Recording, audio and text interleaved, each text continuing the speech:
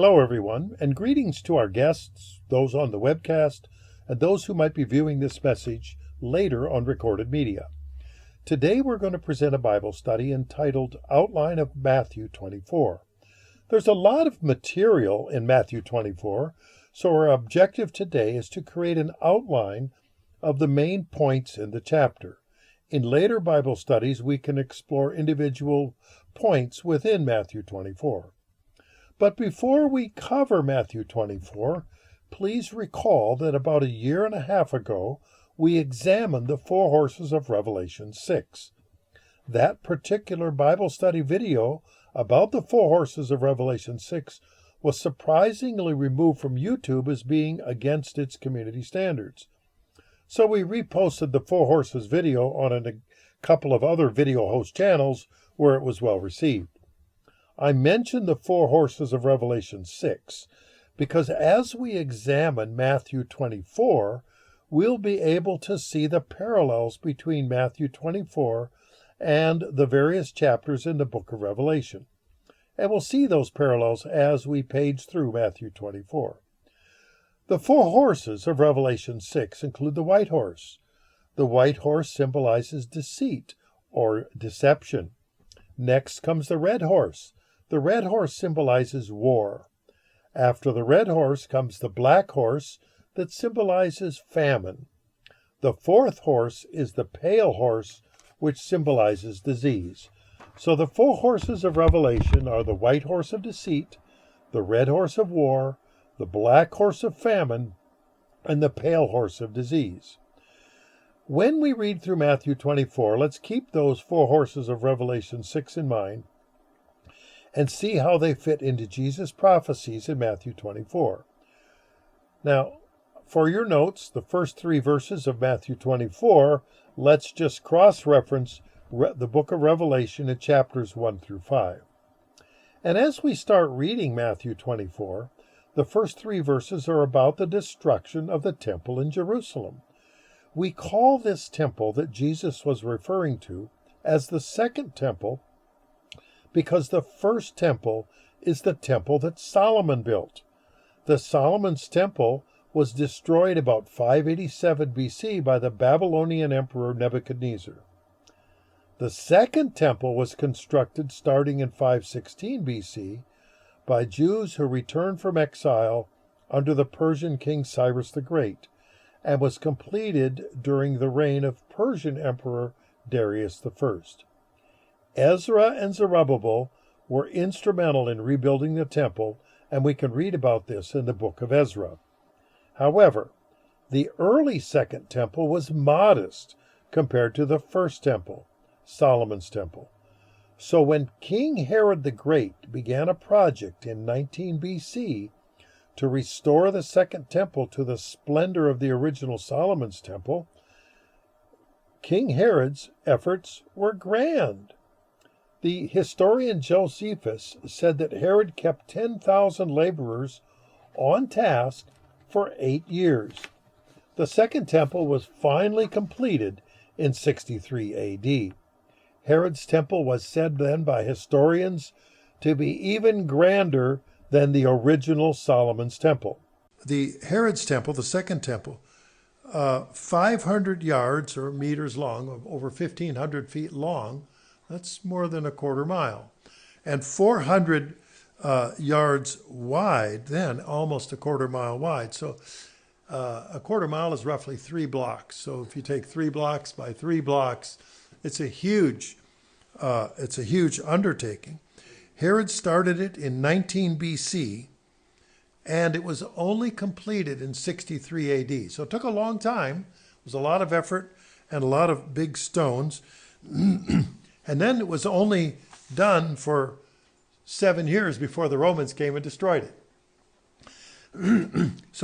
But at that time, this was grand temple that Jesus said, one stone won't be left upon another. Now, that's hard to imagine. Now, you've probably seen the Jews now worshiping on the stones of what they say is a temple wall. Actually, that appears to be like a retaining wall and not part of the actual temple itself, but a retaining wall around the hill. upon which it's built. But Christ said, do you not see all these things? In other words, he's pointing to the temple and says, not one stone shall be left upon another. So if you're looking in Matthew 24, you can follow that along. Now, it is said, according to historians, that the last Jews of the city in 70 AD, they fled to the temple seeking some security, and the Roman soldiers, now one scenario says it was a drunken soldier, said, well, we'll flush them out, we'll burn them out.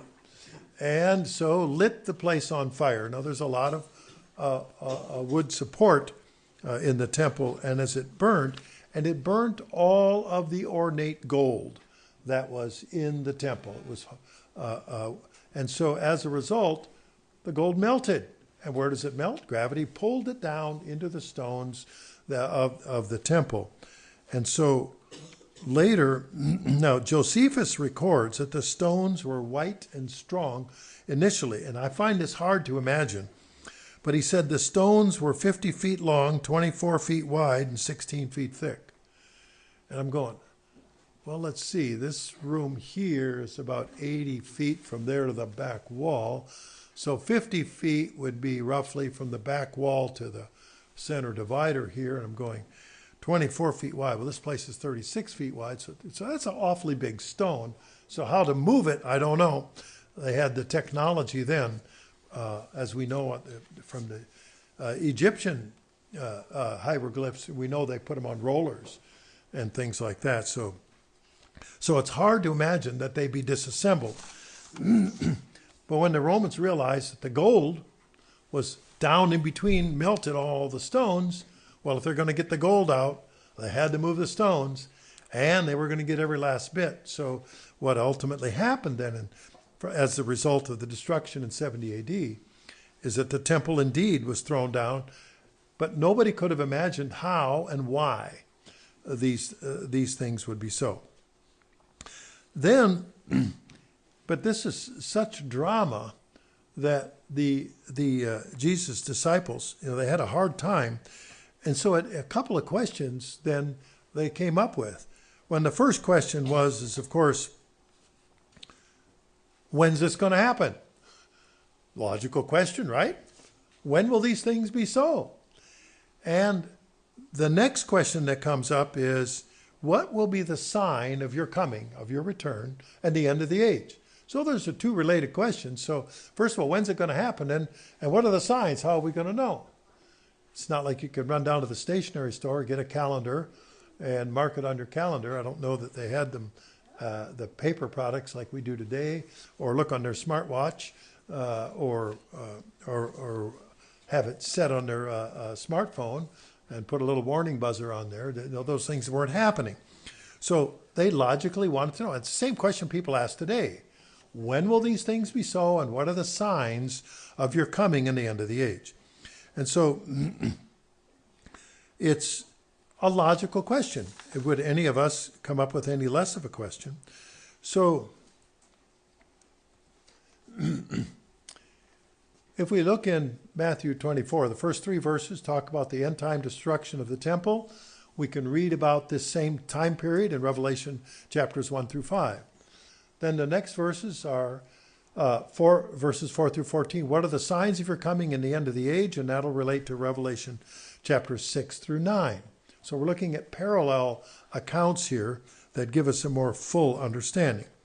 So in this, in verses 4 through 14, Jesus describes what the world will be like. And what's his first thing that he mentioned? And that was, don't be deceived. Well, isn't the first thing that came out of his mouth was, don't be deceived or don't be misled. In other words, people are going to try to deceive you. So therefore, you have to have your guard up. And then he tells us right down the line, if you want signs, you want to know when this is going to be, wars and rumors of wars, famine, pestilence, and earthquake. Hey, wait a minute. Didn't we read about those things in the four horses of Revelation 6? Tribulation, where you will be hated and you will be killed for who you are and what you believe. And then it's interesting, many offended and betray one another. Now, if we take a look at some commentaries, and I found said, this indicates that, now nowadays you can offend anybody for anything just by breathing, showing up, because people seem to be easily offended. But this also, as some commentaries say, this is a referral to both inside the church as well as outside the church, and betraying one another. Now we have the example of when the Soviet Union was dominant in its part of the world, and we think of East Germany, and when East Germany collapsed, what people found out is they had looked at all the records and said, my neighbor ratted me out. You know, I put in a fax machine and my neighbor ratted me out. Or, you know, and all of these problems that came because people were betraying one another, even people that they thought were their friends or their relatives and so forth. Interesting, Christ also warns in these verses that false prophets will deceive many. It doesn't say a false prophet will arise and some people will be drawn away. It says the word many. That means it'll be common. It'll be so that people won't necessarily know which one is a false prophet and which one is not if they are so easily deceived. Interestingly enough, and it follows up, it says, lawlessness will abound. Well, if you're going to have lawless behavior, that's sort of like people say, well, first you have sin and everybody's against it. And then, well, you should tolerate sin. And then after you've tolerated sin for a while, it becomes normalized. And when it's normalized, then everybody feels the bad effect of it.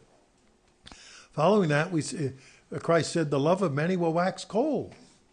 Well, I don't know how many of you burnt candles, probably most of you, if not all of you.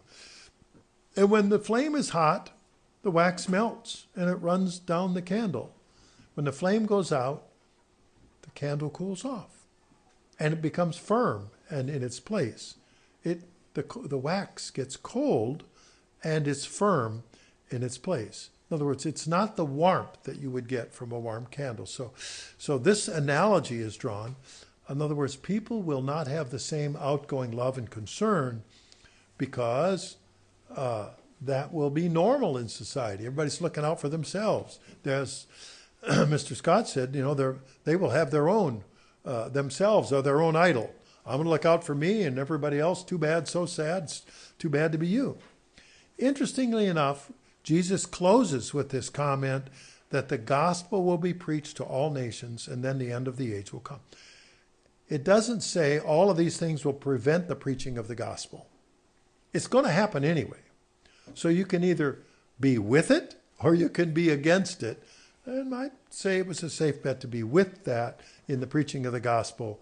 And notice, as a witness to all nations. Does it say they'll all believe you? No. Now, I do a Facebook page and a YouTube channel in Eastern Europe. And there, this whole freedom of expression is new in the last generation. Since the Soviets went home in 1991, and now they're just getting to exercise, and technology is coming along. And we also have a public Facebook page for the congregation here in Northwest Arkansas. And the response rate is somewhere in Northwest Arkansas, 10 to 20%. It's huge because people have an underlying understanding that the Bible exists and many people believe it. And there has a lot of positive response. You go to Eastern Europe and, well, some people will believe it, but it's remarkable to me, and I've commented, surprising to my wife, how many people feel free to make snarky public comments, to trash the Bible, to trash anything religious, because they weren't raised in that background, and now they're adults. And so the number of people that mock anything having to do with God or church is really remarkable. So I have to keep track of that so that they don't pollute the websites. But the signs are all there. And if you would have read this without knowing world conditions, you'd say, well, that's pretty rough. And then you look around the world conditions today. How many people do we have that are the false prophets that are busy deceiving many and think that they're doing God a favor? How many of them cast off all restraint? Don't bother following any of God's laws. and mock them, where that's not their problem, the love of many waxing cold. There's nothing to endure to the end because there is no end. They're just going to tough everything out, and you're on your own. Tribulation, famine, pestilence, wars, and rumors of wars. Well, we've always had wars, so it's no big deal, right? Until you're in the middle of it. Ask those who were in Israel on October 7th this last year. I think we had, 7 couples that we knew that were there, that we know personally, that brought stories, including my brother and his wife. So all of a sudden it becomes very real when you're in the middle. Famine, pestilence, and earthquake. Well, we all experienced some pestilence in the last few years. Famine, well, that's kind of what inflation will bring. Right now, we're fortunate that we haven't hit that turning point yet, but the price of groceries has changed a lot of people's approach to what they're eating and when they're eating it. I noticed a few more restaurants went out of business this last week in our area. Tribulation, ouch, hated and killed. Why would somebody hate you and want to kill you? And yet, that is, Jesus said, it's going to happen. Okay? So we have these signs that are coming. So we have the end time destruction of Israel, of the temple, verses 1 through 3, verses 4 through 14 about the signs.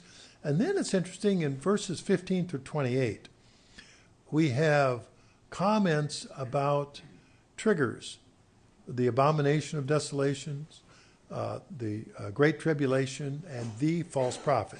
And that relates to Revelation 10, chapters 10 through 14. So if we're reading in parallel here, we can, when we read verses 15 through 28, we can explore this. Now, when I say these things, you notice I'm saying this is an outline. Each one of these things are really a separate Bible study or sermon all in their own, and can take off. But let's take a look at verses 15 through 28. First, we have the abomination of desolation. It's mentioned 3 times in the book of Daniel. And I put all 3 of those mentions there, and perhaps sometime we'll tackle that subject. It's a very vigorously studied subject because it's going to, it said, trigger what we call the Great Tribulation.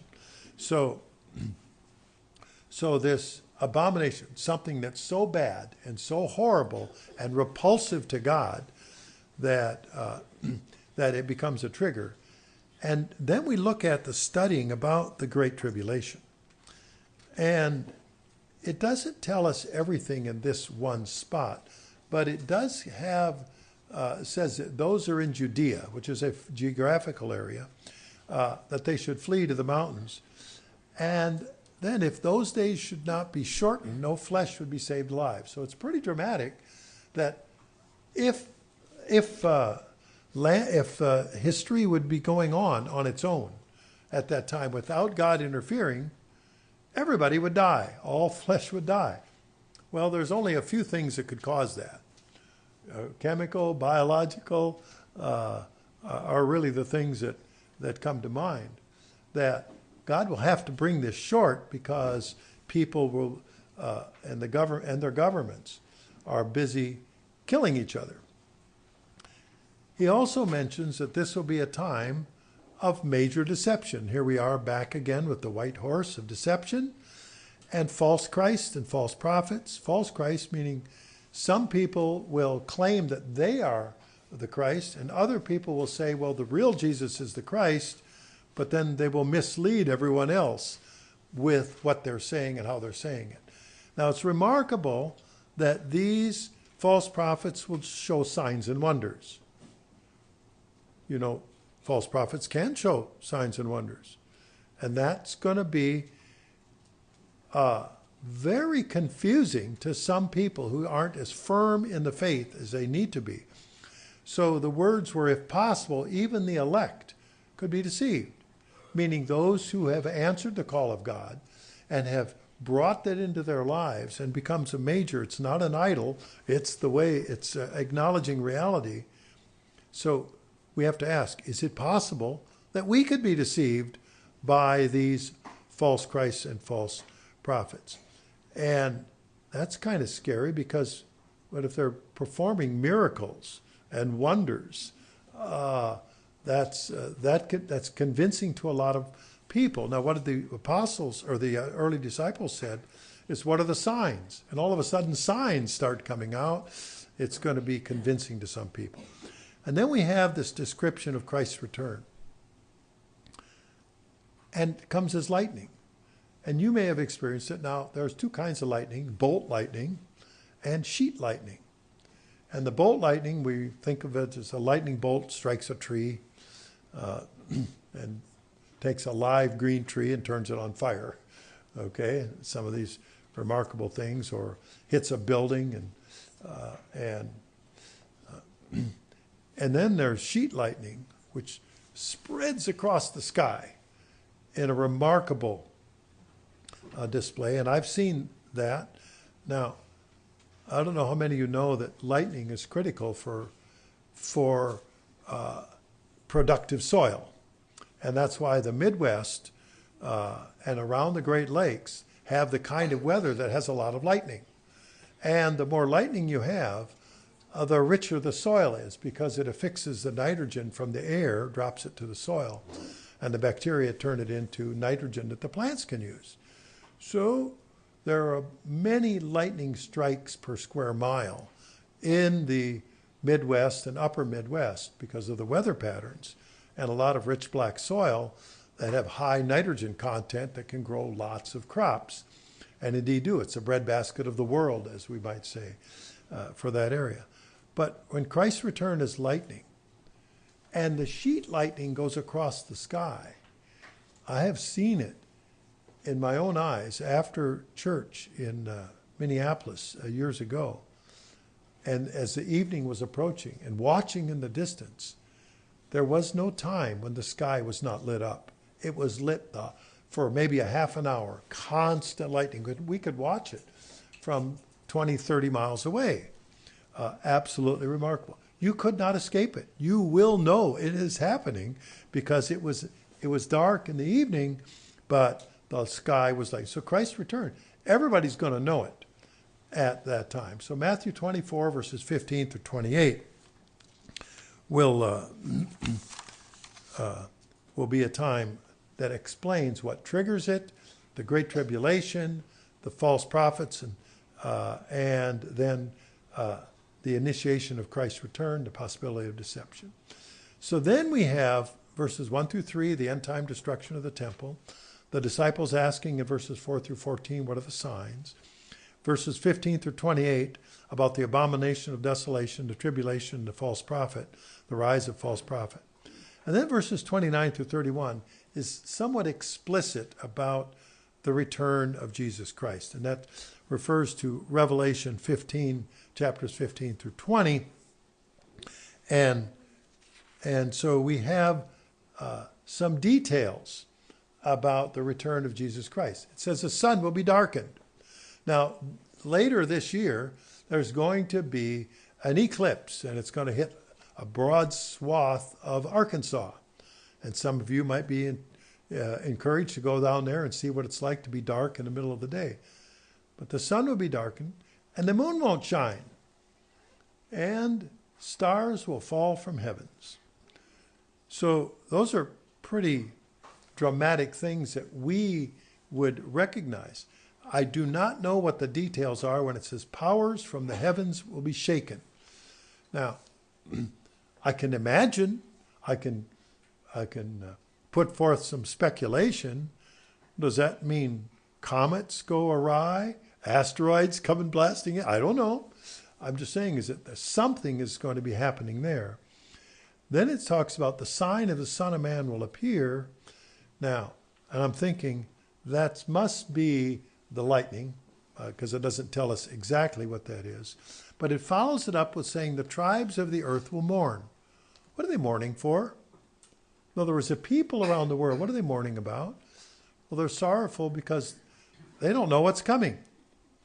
We are fortunate to have a clue as to what's coming in the future. They don't. So there's going to be fear, and they're going to miss whatever they've had because it looks pretty scary for them. And then the tribes of the earth, it says, will see Christ coming on the clouds. Now, I don't know if you've ever seen anything coming in on the clouds. I've only seen storms coming in on the clouds. But clouds are up in the sky, which means everybody is going to see them. The lightning is going to be flashing. Christ will come on the clouds.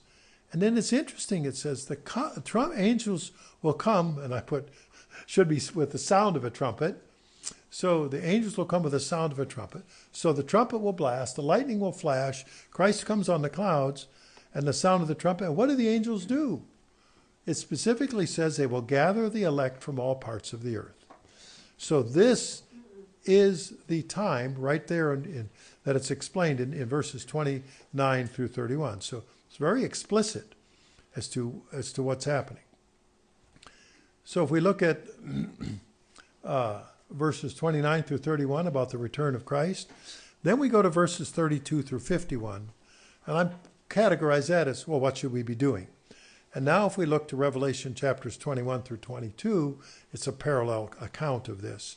So verses 32 through 51, in the what should we be doing, Jesus recalls the parable of the fig tree. And if you look at the fruiting cycle of a fig tree, and we've done presentation on that before, the fig comes first and the leaves, and it's usually hidden by an early leaf, and then and the later figs come on. So you have an indication if it's going to be what's going to happen. But only God the Father knows when it will be. Does it say Jesus doesn't know?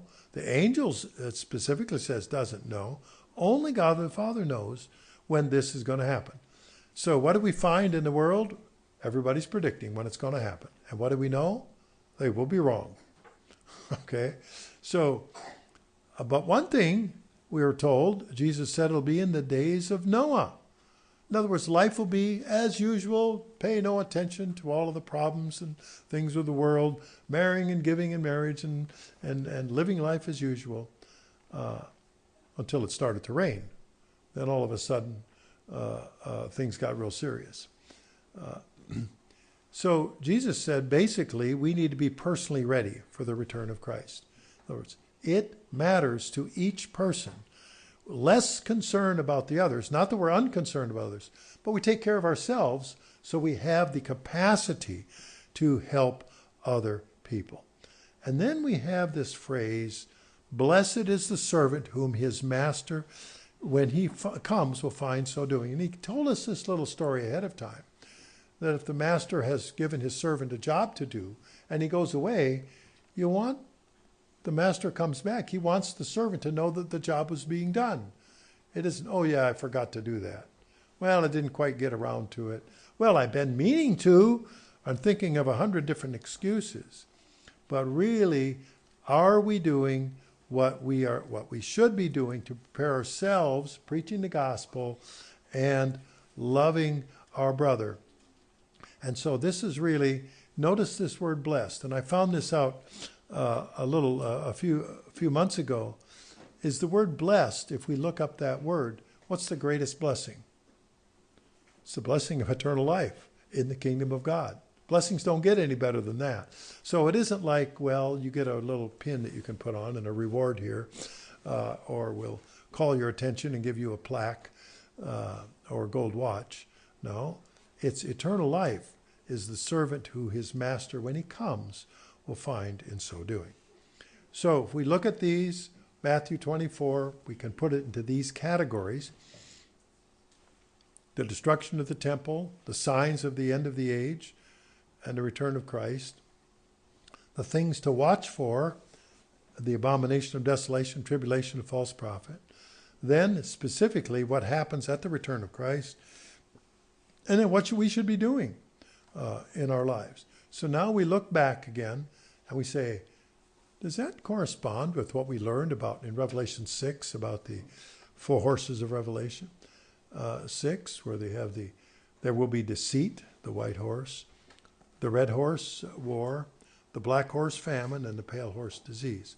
So follow through then, and when you get a chance, on the parallelism in the book of Revelation to how these four horses of Revelation 6 work together to help us to understand Matthew 24.